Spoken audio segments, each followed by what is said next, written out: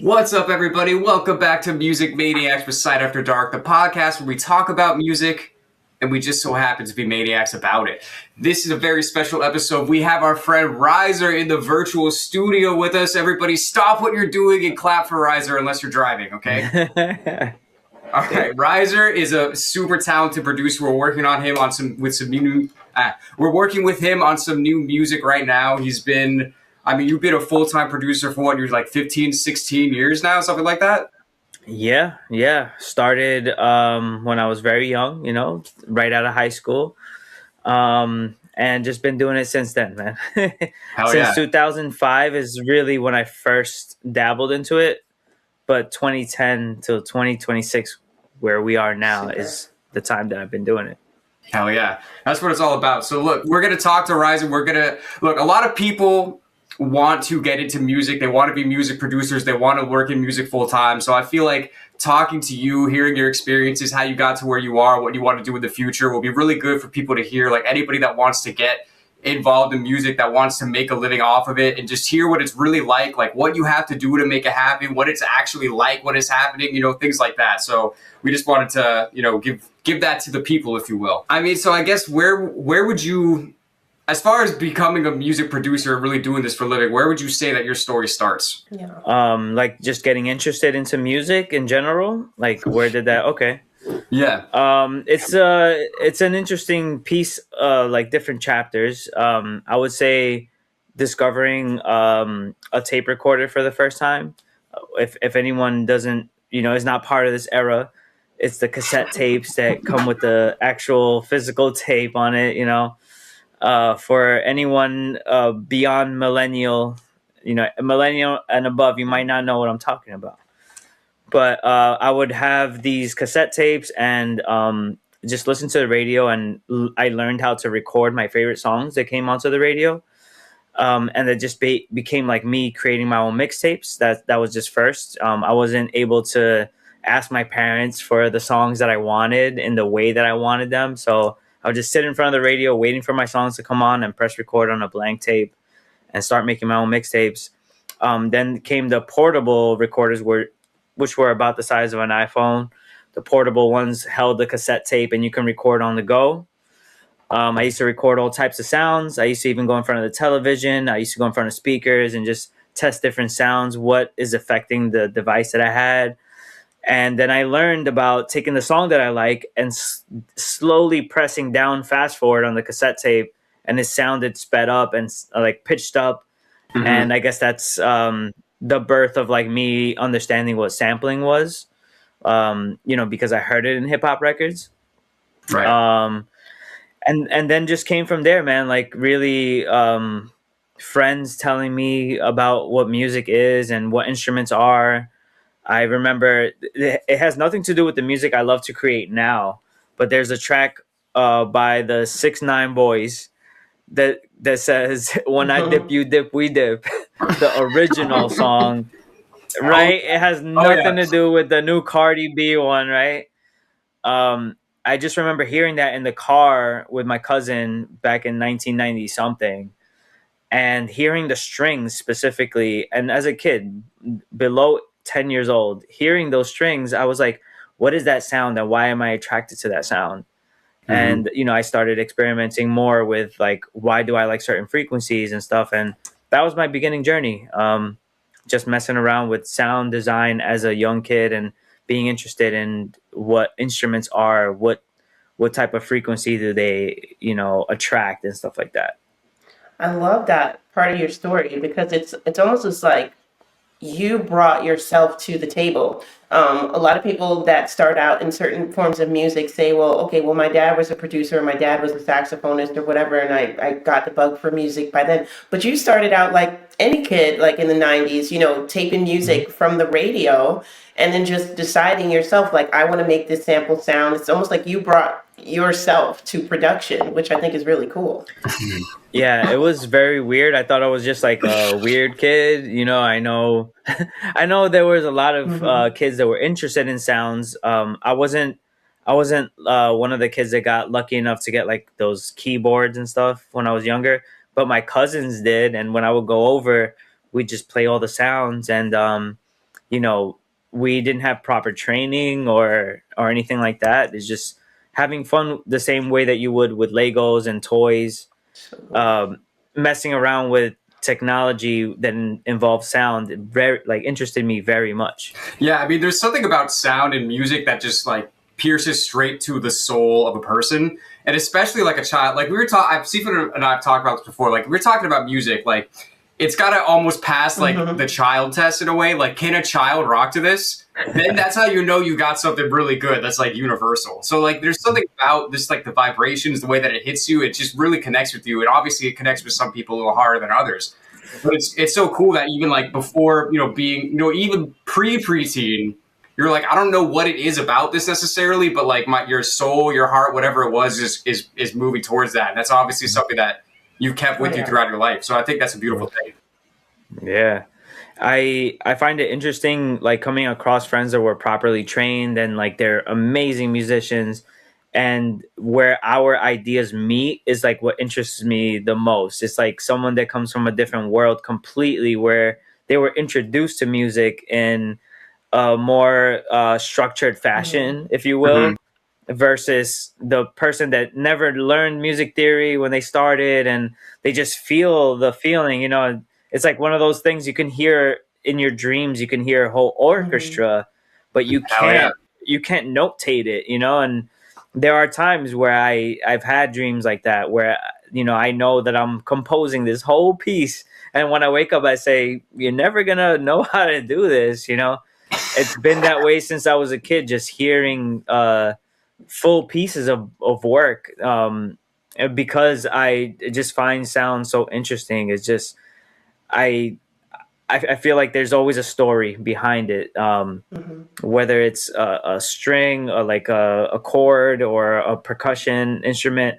There's something behind that sound, and whether it's the technology side, whether it's the person that played it, there's something that always intrigued me about finding out about sound deeper. Yeah.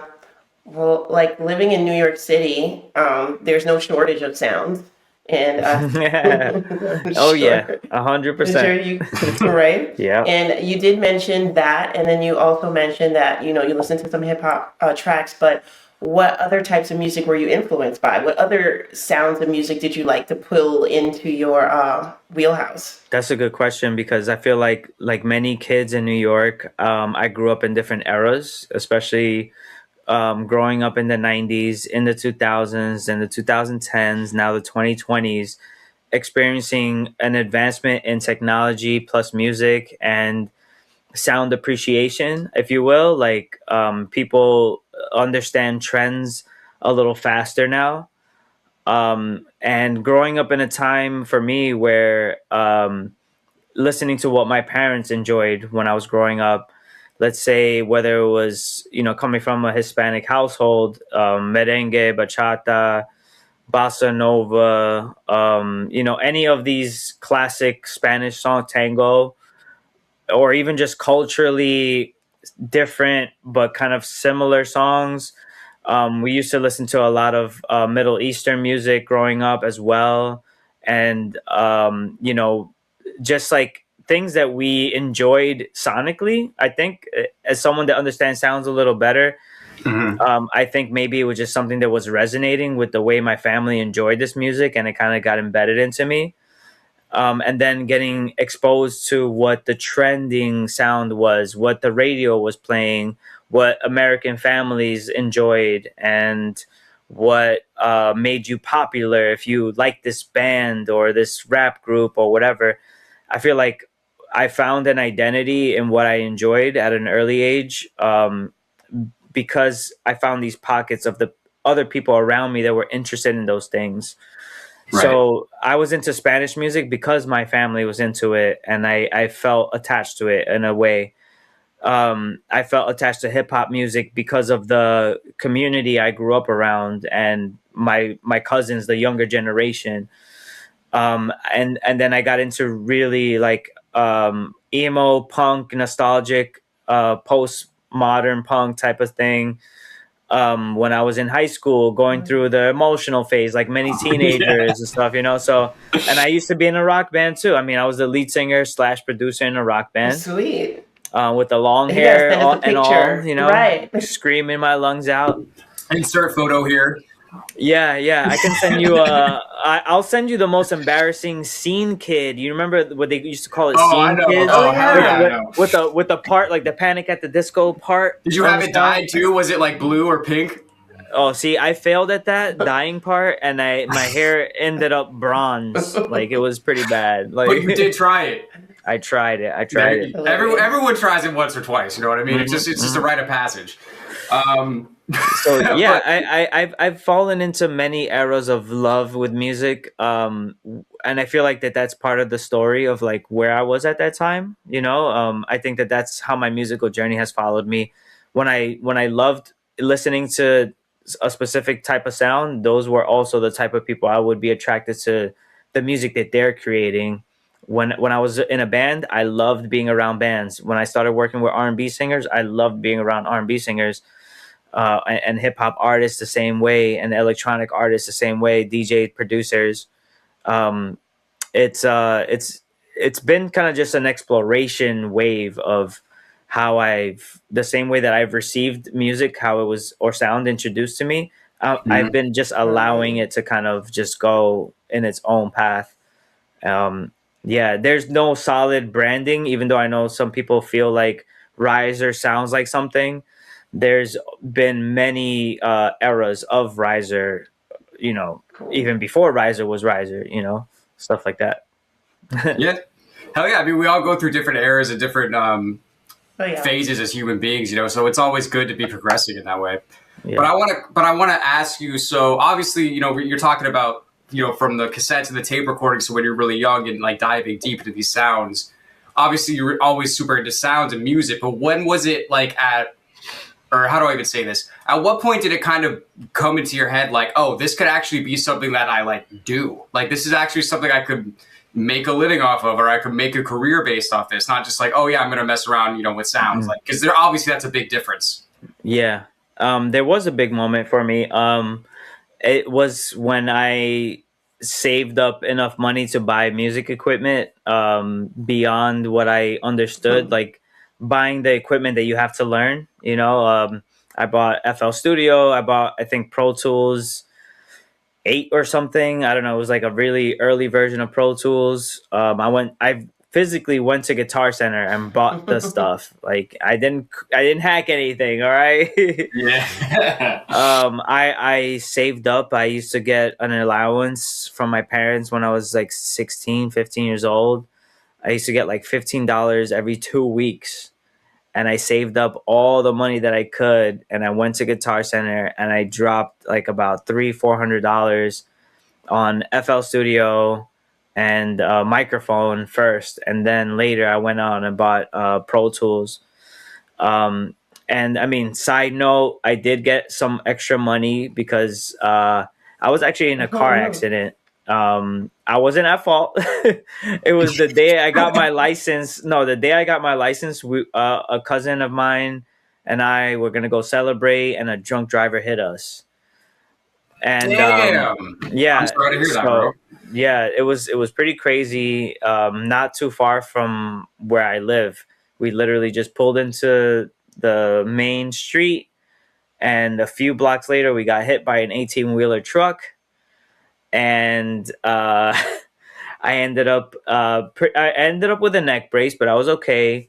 That story turned into me getting my first lawyer ever.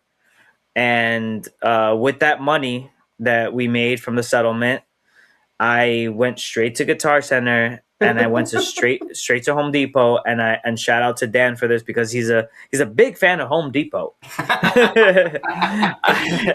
I went to Home Depot with a blueprint of a booth with my dad, and we built a booth in my house. That's life. Unreal. Right?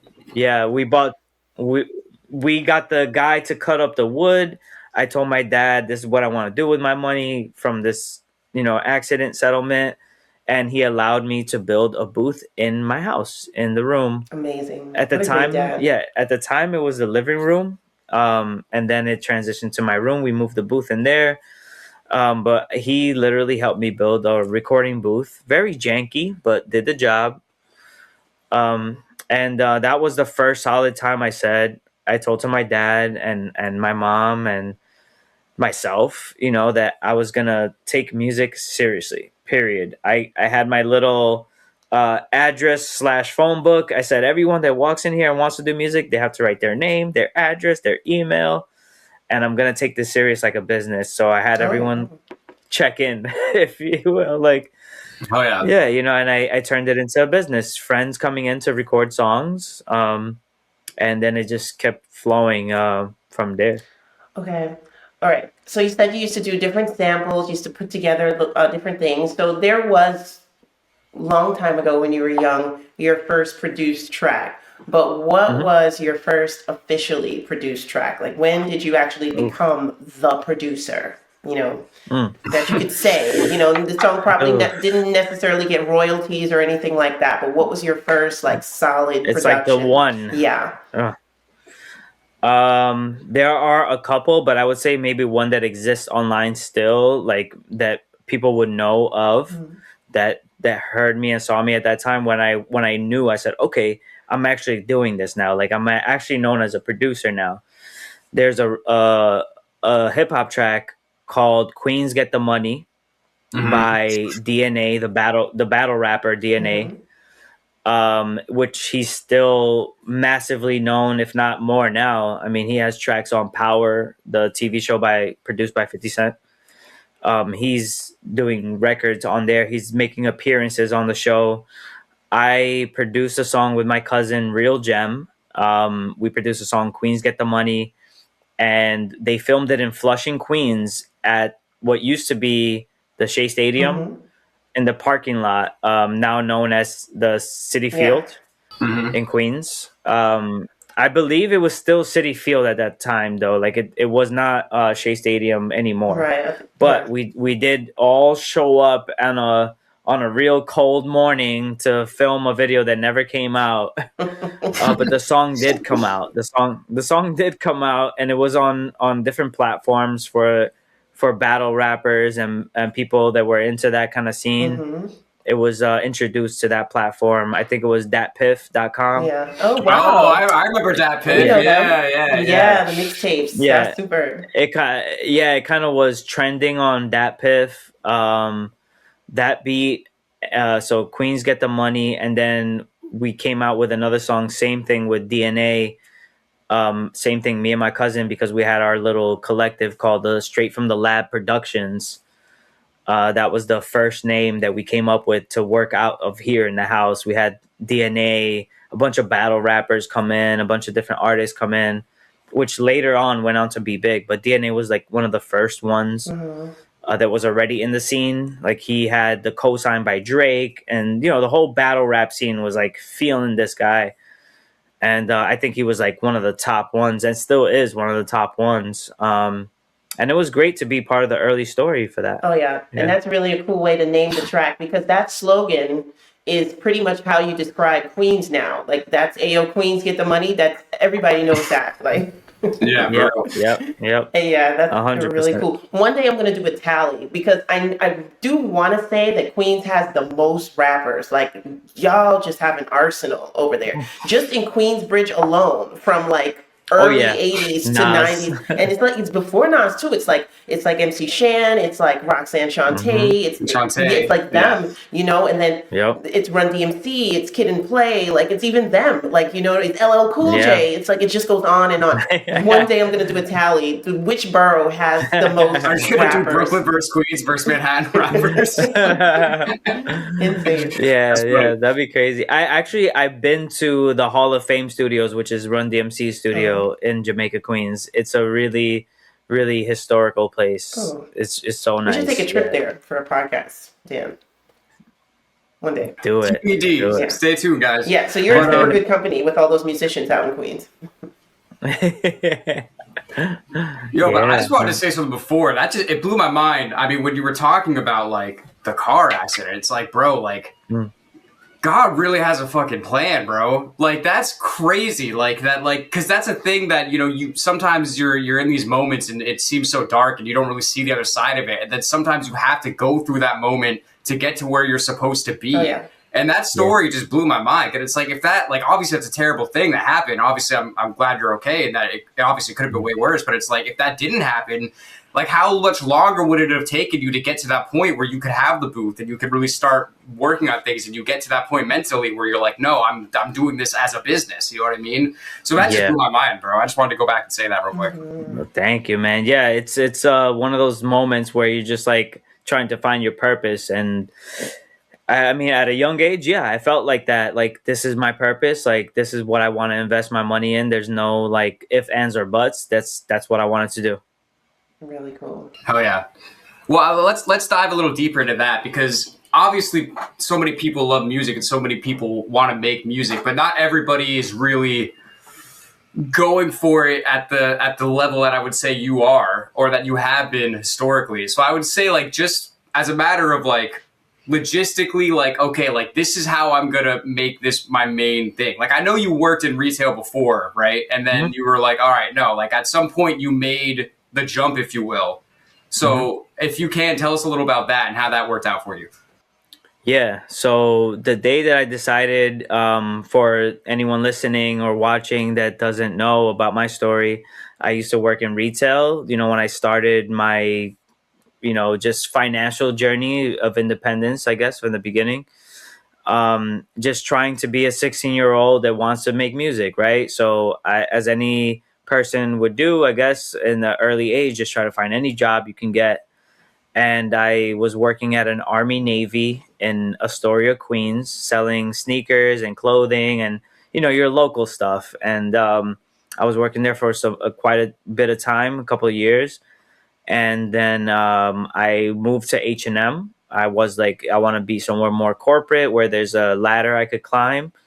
I went from getting paid, and this is gonna sound really like I was definitely being used. When I was working at Army Navy, I was getting paid $6.50 an hour. And my raise was 25 cents, and I was like, nope, okay, it's time to move on. No, Spend it are you all balling or in what? one place. Yeah, oh my god, 25 cents extra, right? I could get an 6.75. extra gumball per hour. Yeah.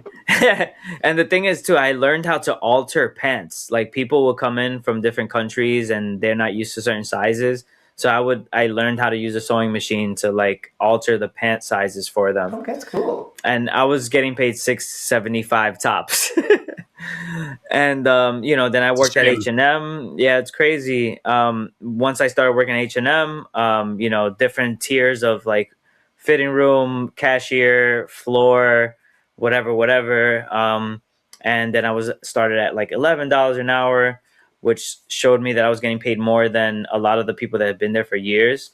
And it immediately that taught me, like, this is an advancement in where you were, but also don't get stuck here,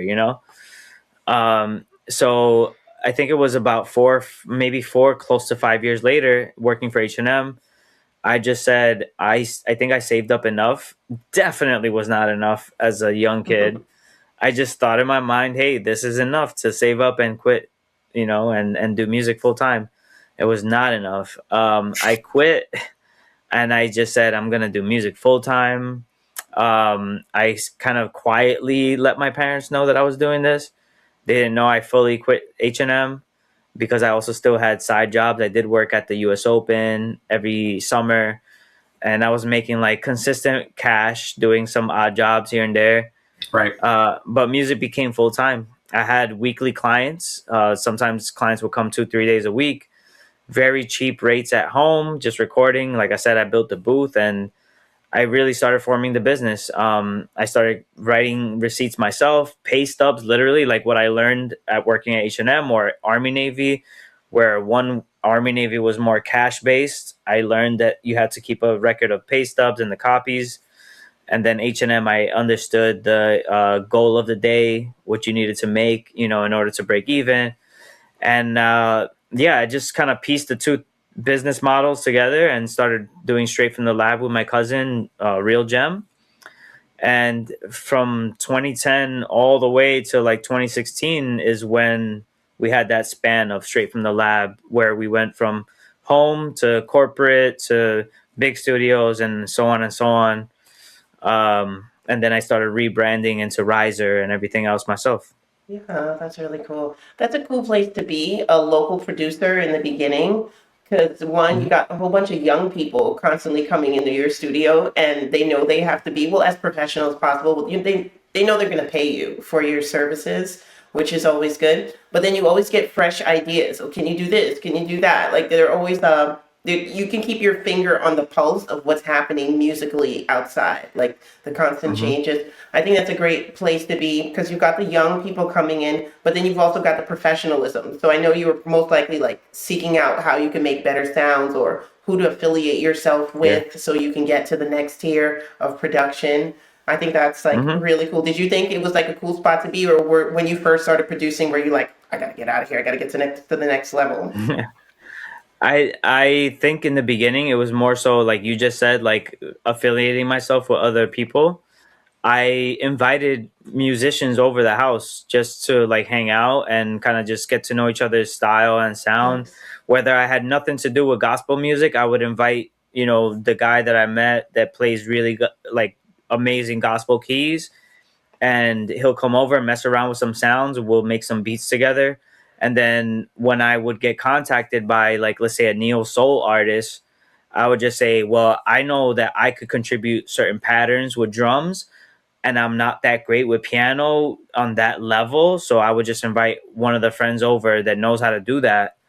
And for me, luckily, when I was in the band that I mentioned, like when I was in a rock band, the keyboard player, his name is Paul Wilson.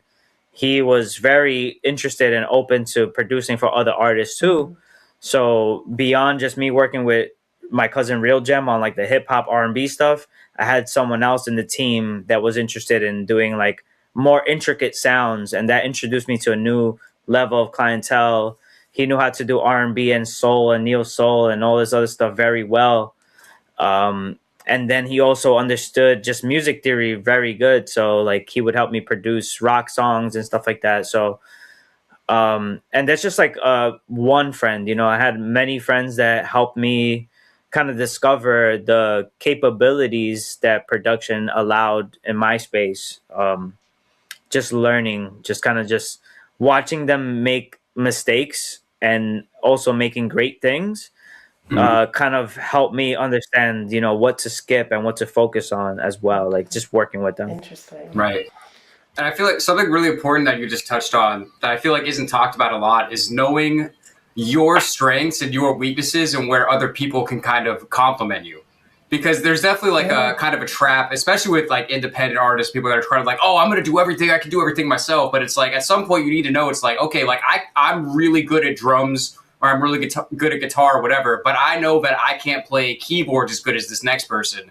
And just even by acknowledging Mhm. that in yourself and meeting these people and getting around other people that can do those things, it gets you in circles with other people, and then your own skills are kind of brought up. So I think that's a really important point. And then I also want to say it's a really important Mhm. point, something that you brought up earlier, like when you were talking about when you first built the booth and everything, and you were getting the contact info for every single person that walks in, is like, and this point is really important for people that are coming up that are really trying to get into music. Like, you need to treat this as a business. Like, yeah, Mhm. we Mhm. all want to make music and it's fun, but if you're just like, yeah, I'll make music when I want, like, I'm just going to do what I feel like it, you're not going to be able to make a living off of anything like this. Like, there is that point where business and art meets, and you need to kind of meet that moment. You can't shirk the business aspect and expect that this is going to be what you do. You know what I mean? Like, you're going to get screwed over if you don't have Yeah. copyright done. If you don't have like a schedule, like this is exactly how it's going to go. This is exactly what I need to do. And if you're not organized in that way, you can really screw yourself over. So I think that's a really important point that you reached on there. Yeah. Mhm. Definitely in the beginning, it's important to have that mentality of let's keep things organized, let's make a schedule. Like when you're starting off, it's almost like if you start off on the wrong foot, you're probably gonna trip over, all the other hurdles, right? Right. So I kind of did the hard part first, like being the person that and I know I'm not the greatest now, but like being the person that's very like on schedule, like you're just very on point with being on time, um, being someone that plans ahead and has all the different things. I mean, you guys have been to my house. You see how crazy my whiteboard is. It's almost like I'm writing a novel on there. So like, in the beginning, it's super important when you're starting off to get off on the right foot. Just say, it's important. This is the thing that people miss sometimes. Like, it's important to have fun first, right? Mhm. It's important to have fun first, but it's more important to make sure that the fun exists within a time frame that is scheduled for you to advance to the next level of fun, because you're going to get bored if you just stay at level 1 because you never practice to get to level 2. Right. If you just keep saying, I'm a band that plays this kind of music and we're never going to change, there's something that's going to happen in there where, someone's going to say, I kind of want to get better, and it's kind of the same concept for yourself when it comes to making a business. Do you want to be the engineer that always records at home for $10 a song, not even $10 an hour? Do you want to do $10 a song and everyone just like coming, and one thing you got to recognize is that the people that are paying $10 a song, it's an anomaly when they reach stardom, right? They become like someone super successful and great at their sound and whatever. That's an anomaly, and that's kind of like the goal as a producer. But the reality is that if you keep doing the $10 an hour, $10 a song sessions at home, and you never advance and get better, there's not much more that you can offer to attract the higher tier artists. You know what I mean? Yeah, it's like your self-worth, if you just stay within a low self-worth, then that's pretty much what you're going to attract, not exactly where you want to get to. Yeah, I totally get that. Sorry to interrupt, everyone. Just wanted to take a few seconds to tell you about all of our great new merch options. We got t-shirts, Hoodies, coffee mugs, hats, tote bags, and so much more. Click the link to view the whole selection. All rights and trademarks reserved to Decide After Dark is the best LLC. If you don't like it, then you can make your own LLC to compete with ours, but you probably won't because you're lazy and a hater. Prove me wrong by purchasing every one of our items at full price. Alternatively, if you're cool, you can hit us up literally whenever for sales and discounts. I'm piggybacking off of Dan's first previous question or comment about this being a business. One thing that's important in your business is your name, your brand. And it always seems as if, a band's name or a rapper's name kind of just got pulled out of a hat. But I do want to ask you, but it's always planned, right? You always hear the story, like, how'd you come up with this name and blah, blah, blah. So I just wanted to ask you, when and how will pretty much go together, but when, how, and why was the name RIZR born, picked, and chosen? There's mainly just, I guess, like 2 reasons. It's definitely a rebranding. That's one of the first things, or maybe there's 3 points. So definitely one was a rebranding, which I used to go by a name that friends used to call me, Philly. That was the name that like everyone in high school and everything used to call me, Philly. And because of the band that I was in, we were called the Class Legends. Class Legends was the name of the band. And we kind of wanted to have personality within the band, like who is who in the band. And I was known as Philly, the Class Loser. Yep. Yep. Philly, the Class Loser. Sick, dude. Yeah, so it was on purpose too. We had an interview when we did our first show for Rock Me TV, which was a big YouTube channel for artists at the time. It was one of the first ones to showcase live streaming of performances in New York. Within like the first day, we got like 17,000 views for being part of this platform, which YouTube was kind of new. And I remember getting interviewed and talking about why I'm called Philly the Class Loser. And it was just basically a story of like how when you're in high school, you're judged by the way you dress, the people you hang out with, whatever. So Class Legends was like all the people that were the awkward kids formed this band, right? You got the class clown, the class loser, the class jock, or whatever. The Right, class, right, right. the musician, the one that was known for playing the drums, which was actually crazy because the guy that was drumming for us, he was like the one that was known in our high school to be the drummer. So we had like all these elements into our band, which was unintentional. We just kind of just went with how we felt as people. We didn't really think about branding, but Class Legends just made it fit. And then I was only, even though everyone had the class clown, blah, blah, blah, blah, I was only the one that kept pushing the brand, Philly the Class Loser, when I was producing for other people outside of the band. I see, I So see. yeah, so then it went from Philly the Class Loser all the way until 2014, 15. And there was a time during that period where a guy was kind of following me and my friend around with a camera for, I think at that time he was following us for 2 years, filming everything that we were doing. Wow. He filmed about 5 years worth of content for us. And it actually, the film debuted somewhere in South America. It's called Day Jobs, where he followed us around, saw us produce. He saw the transition from Philly the Class Loser to RIZR. And it's explained in that video a little bit in the movie that RIZR first, like I said, there's 2 points for that one. RIZR came from my last name, which I'm going to say, even though I don't like saying it, Rodriguez. So Rodriguez with a Z. And I literally took the 2 R's, the I, and the Z, and I came up with RIZR. Because I wanted to have a family, accompaniment to my name. Yeah. But I also felt like I wanted it to relate to something that I wanted to change into. Instead of being the class loser, which is like downer, I wanted to go Go up. up. That's cool. So RIZR. Yeah. I mean, I was gonna make a That's joke deep. before we started recording and be like, "Well, RIZR, is your name like Ramon Zach Rios or something?" I was gonna actually make a joke, and it actually is your last name, which is cool. It is. It is. Bro, that's wild because I always just kind of assume, well, obviously you know this, like when you're in production, like especially this is very common in dance music, there's certain sounds where it keeps getting like higher and higher and higher, like before it drop. And it's Those called are a risers. riser. Yeah.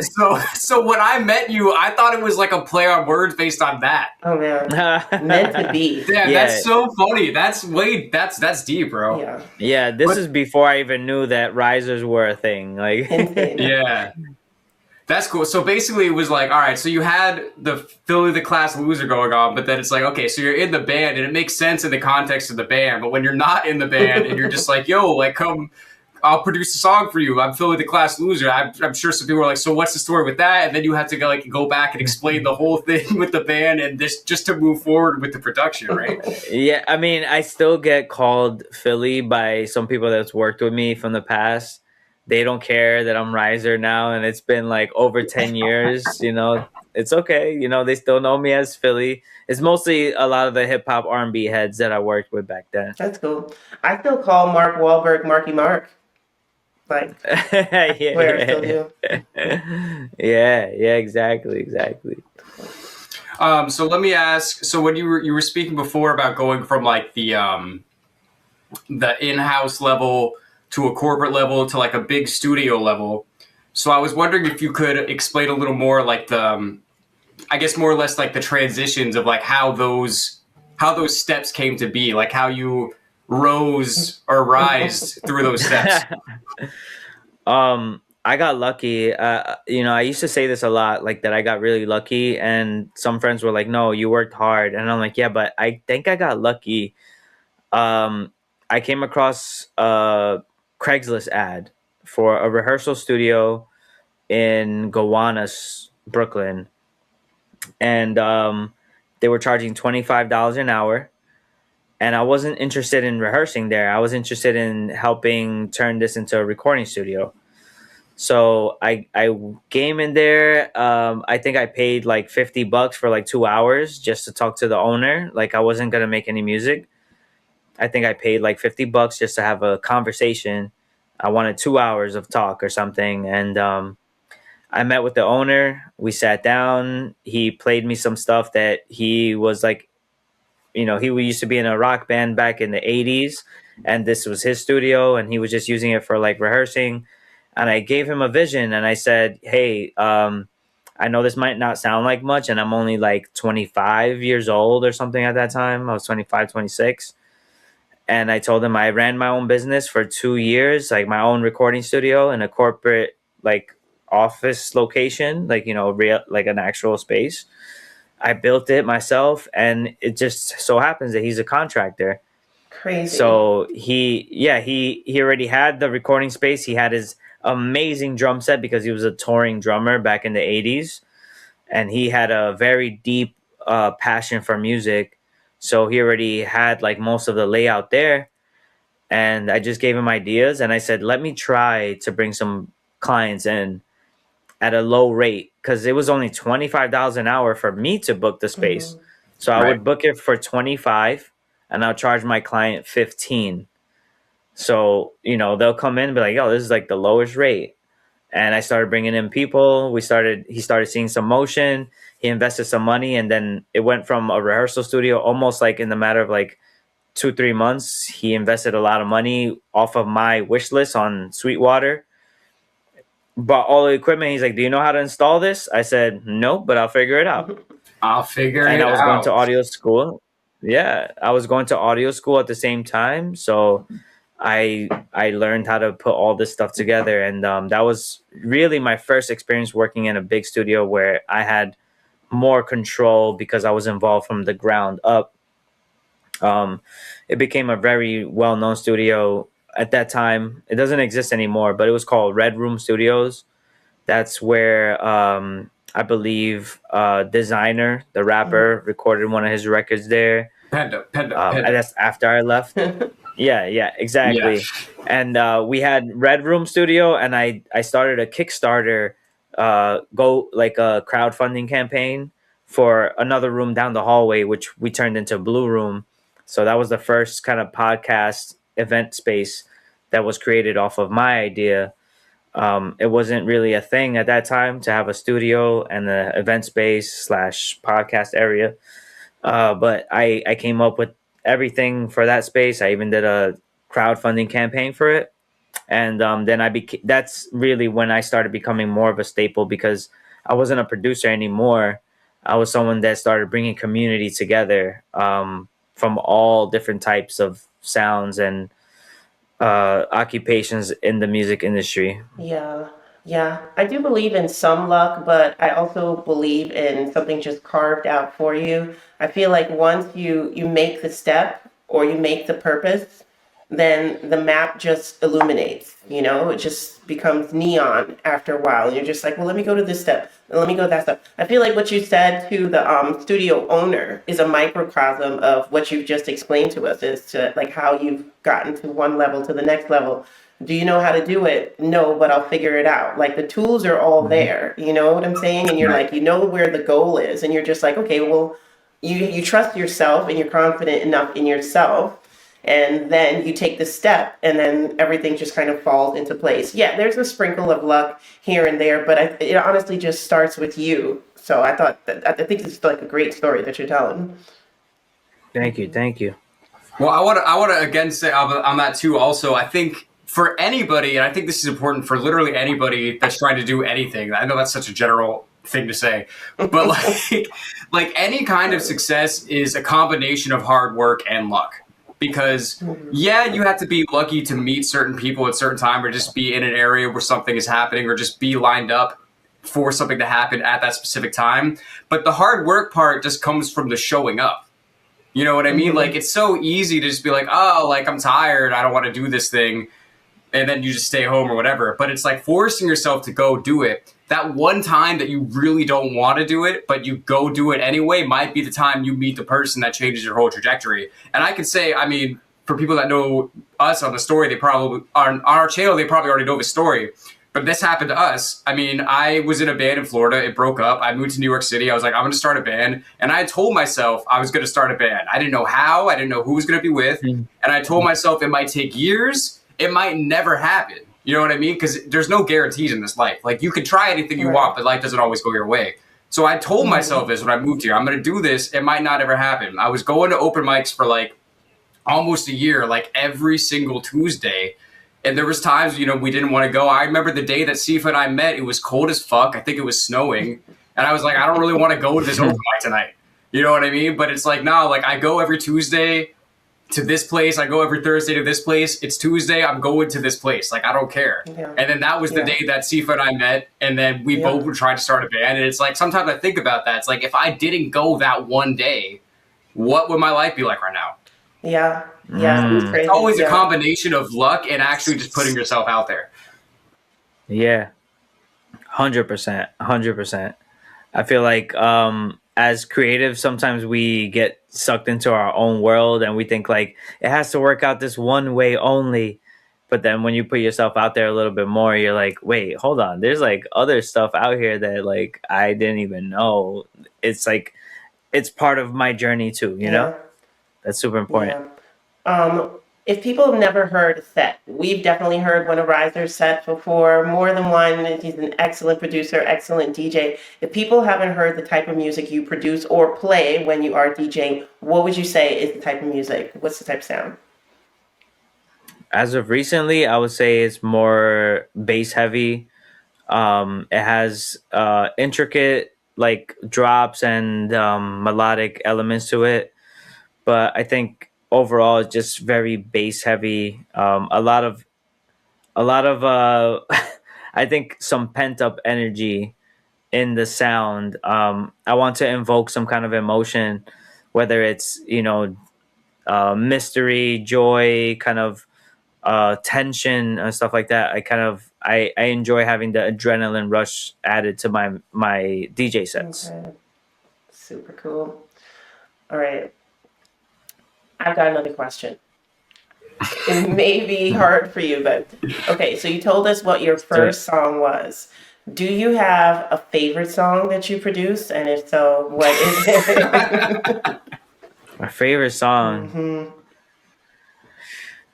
There's a lot of favorites that haven't come out yet, but I would say if I have one favorite that I did get to release, does it count if it's just an artist or instrumental, or it doesn't matter? First thing that came to your mind. Okay. The first thing that came to my mind, one of my favorite ones, it's a instrumental that I have released called You Changed. And I think it is one of my better mixed beats from that era, especially with that sound when I was discovering who I am as RIZR. It's a really cool blend between R&B and electronic and hip hop, like trap soul kind of vibe.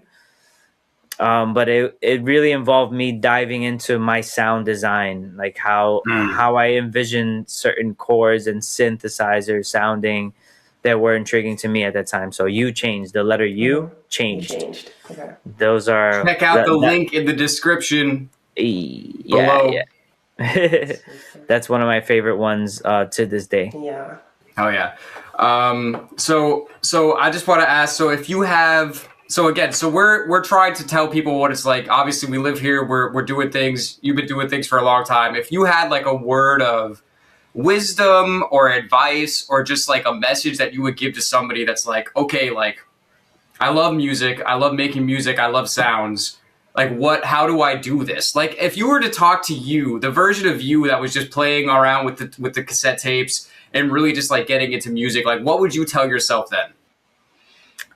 Definitely, I would say try to be around the right people. That would be the first thing. To kind of believe in yourself a little bit more. You know, I know a lot of people say this, but like trust the process, you know, and for me, the process was very different from the traditional way. So I think that I would still try to tell myself like to trust the process that I was creating, of like not following the regular, like not conforming to the regular stuff. really, if I were talking to myself, I would say those things first. Be very careful about who you're around in this industry, because there are a lot of people that want your energy, but they're not able to give that back. Yeah, they don't reciprocate all the time. Right, right. And it could be anyone from a business person to another collaborator to an acquaintance in music. It just really invest your energy into other people that have the same thing in their best interest. That would be one of the first things I would say. And really, again, like, just to trust the process of being weird, being able to have fun and mess around with different ways that are unconventional to find what you enjoy to listen to. Yeah, like it was a fun experience for me to find different ways to make sounds happen that were like unheard of, because I didn't know how to do it the right way. So I would find weird ways to make sounds happen. And I think that was a good way to learn. So I would just say stick with your gut and keep going with what you feel. You made a point that I want to touch on. As far as you said, trust the process. But I think the important thing to realize, people get kind of caught up, and we already spoke about this a little bit, in what they think their plan is or how they think that things are going to go.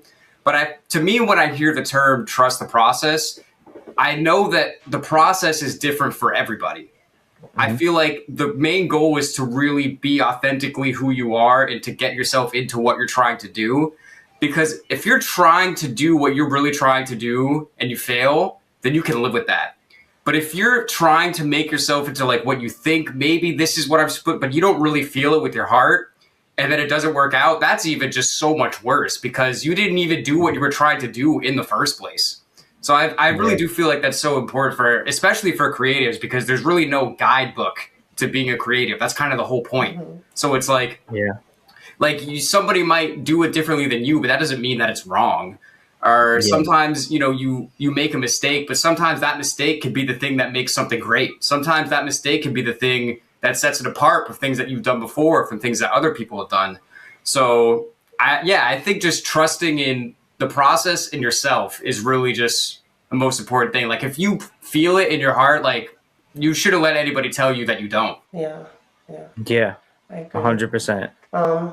You've gotten into a level of production that a lot of people really do want to get to, where you started out as pretty much the student, but now you're like the teacher. You've taught classes at prestigious colleges. And I'm going to ask this, Dan, you could bleep this out. I'm going to ask first, is Lola your protege? Lola Menthol? No. Okay. No. I wanted to know, I was going to ask, like, do you have a protege, like besides just having We've collaborated. students? I wouldn't call her my protege, but we have collaborated on stuff where she's learned from what I've done. Okay. All right. Do you feel like that was a goal you wanted, to be able to teach people how to produce, or do you feel like it's just something that came about? It wasn't really part of the plan necessarily. It wasn't super part of the plan, but I always did enjoy seeing the progress that other people that have learned through my process, what they are able to achieve. And lucky for me, when I was streaming during like lockdown, during COVID, I was live streaming on Twitch, making beats and stuff, making loops from scratch and giving them out for free every week. There was a community that enjoyed like taking my loops and remixing them and making beats out of them. And I did come across a couple of friends there through the online community where they sampled my stuff, and I can tell, like, they would even say when they took my loop and they made a beat out of it, they would tell themselves, like, what would RIZR do with this, you know? Nice. And and they actually nailed it. Like, there's some beats that came back that they used my loops, and I would play it maybe a couple of days later on stream. Like, I'll just be hearing it for the first time.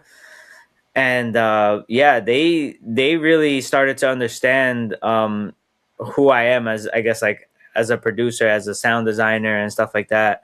they studied my beats and what I would actually do on some of them. Like it came to us a big surprise. That's happened to me throughout my experience as a producer, being around other producers that were kind of like around me consistently. A lot of good friends that picked up on my sound, my style of producing. And I didn't intentionally, care to be someone that guides someone as a producer because I was trying to figure it out too anyway. But it was interesting to see people pick up on my style of producing. Nice. Yeah, and I want to say just as a compliment to you, like, obviously, like we said before at the beginning, like we've been working on music together, which you guys will hear later in the year. But it's like you're, especially at your point now, and you obviously put the time in, like just being with you in the studio, like you clearly exude like a level of knowledge that I feel like just being around you while you're working, like I'm learning, even if you're not okay, so this is what I'm doing here. Do you see it? Like literally just me watching you, I'm like, oh, that's what he did. Okay. So like you might not even notice it when you're working all the time, but I'm always watching that. I'm like, oh, that's good. Okay, or even like, you told me things before, like, oh, dude, yeah, you have the bass, filter one low, and then filter the other one high, and then blah blah blah, like all these things that I wouldn't have thought of.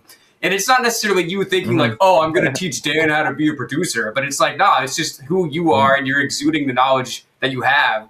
And I want to say that's been one of the funnest parts of working with you so far. So I just wanted to say that to you. Thank you, man. Thank you. Yeah, I feel like it's important, like when you work with artists or anybody, to kind of share the lingo of what's happening, so that when you guys continue to create together, it's like, okay, now I want to hear you tell me to add that like extra frequency. I'm like, oh, look at you, man. You know what you're talking about now. It's kind of like the more knowledge I can share, the easier the collaboration gets. Yeah. If you're just in the dark saying, hey, what's that sound that you're doing, and I never explain it, it'll make the next collaboration the same experience. But if I get to teach you, oh yeah, by the way, I just added a kick and it's at this frequency, you might be like, what the hell? But like, I'll show you what it means, and then next time you come, you'll be like, yo, remember that time you did that kick at that frequency? Can you do that for this song? And it might work. You know what I mean? I've had those experiences. Oh yeah. So well, if you're shout in out the to New York that. City area. No, I was doing a plug. I was like, if you're in the New York City area and you want a producer, right now. Right now. No, it's really a good, chill environment. I definitely felt like I can trust him as a producer when I first went to the studio. So I love that. I love not having the feeling of, I really hope he knows what he's doing. And I've never thought that with you, but I have been in that situation. Or, you have to go through some loops before you can actually get the music done, right? The producer wants to do this, he wants to do that. He wants, like, there's certain things that you just don't really want to experience. But at RIZR Studio, you can totally trust them. It's a good, welcoming environment. And I had a great time when I was there. Hey, I'm happy to hear that. Hell yeah. So cheers to more collaboration. Thank you again, RIZR, for being on the pod. We appreciate you. Everybody at home listening, I hope you got something out of this. I know that we did. So thanks for being here. Thanks for listening. This has been Music Maniacs with Side After Dark, and we'll see you next time.